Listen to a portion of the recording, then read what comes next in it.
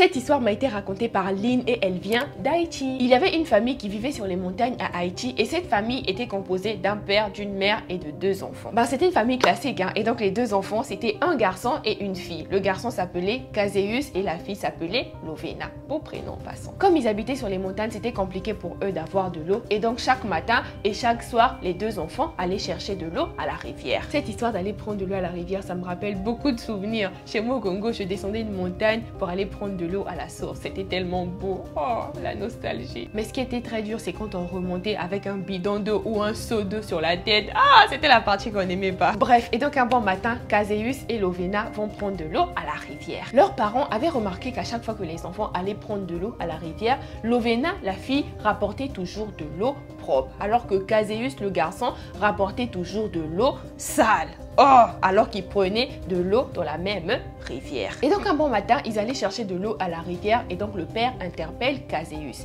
Il dit à Caséus, pourquoi tu rapportes toujours de l'eau sale alors que ta sœur rapporte de l'eau propre? Caséus ne savait pas quoi répondre et donc il reste calme. Et donc son papa a commencé à le frapper, à le tabasser. Il lui a dit, tu vois pas ta sœur, elle ramène de l'eau propre. Toi tout le temps tu nous ramènes de l'eau sale ici là. Faut nous ramener de l'eau propre. Caséus voulait à tout prix savoir comment sa sœur faisait pour rendre l'eau claire parce qu'on l'avait tapé. Et donc ils vont ensemble à la rivière. Arrivé à la rivière, Caséus se cache et donc il voit comment sa sœur est en train de prendre de l'eau. Et donc le petit Mukota, Caséus se cache derrière un arbre. Sa sœur se retourne pour voir s'il y avait son frère, mais son frère n'était pas là. Et donc elle s'est mise à chanter. En chantant, il y a un gros poisson qui sort de la rivière et ce poisson avait des écailles en or. On appelait ce poisson le maître de l'eau. Et donc ce poisson était connu pour manger les personnes qui se baignaient dans son eau. Il n'aimait pas être dérangé. Quand le poisson en question mangeait ces personnes, on ne retrouvait plus ces personnes. Mais bizarrement, il était très doux et très gentil avec Lovena.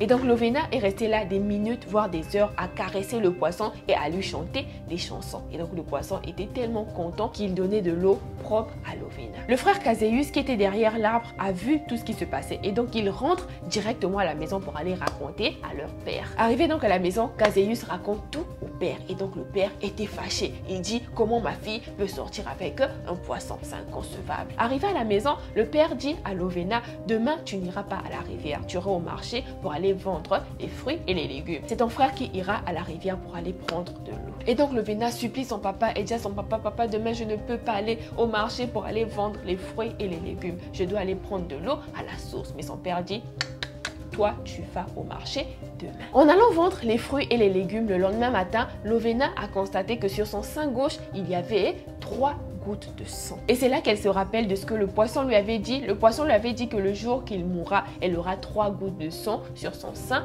gauche. Lovena, en voyant les gouttes de sang, elle a laissé les clients, la marchandise et l'argent au marché. Elle a couru rapidement chez elle. Arrivée chez elle, elle voit le père, sa mère et son frère à table en train de manger du poisson. Si l'histoire te plaît, jusqu'à là, abonne-toi, l'histoire est très intéressante. Et donc le père dit à Lovena, viens t'asseoir ma fille, on va manger du poisson. Oh, le père là vraiment. Lovena ne répond pas à son père et donc elle court directement à la source. Arrivée à la source, elle se met à chanter, mais bizarrement, le poisson ne sortait pas et l'eau était toute rouge. C'est là qu'elle comprend que le poisson était mort et donc désespérée, elle rentre chez elle, elle va derrière la maison, elle prend un siège, elle s'assoit et elle a commencé à se coiffer avec un peigne afro. Et donc elle se met à pleurer en chantant et en se coiffant et subitement son père ne l'entend plus chanter. Donc le père va derrière la maison pour voir si sa fille était toujours là. Il arrive, il voit juste une mèche de cheveux, sa fille était comme volatilisée. Et pour ceux qui demandent tout le temps quand j'ai un afro si ce sont réellement mes cheveux, oui, ce sont réellement mes cheveux. Je ne veux plus ce genre de commentaires.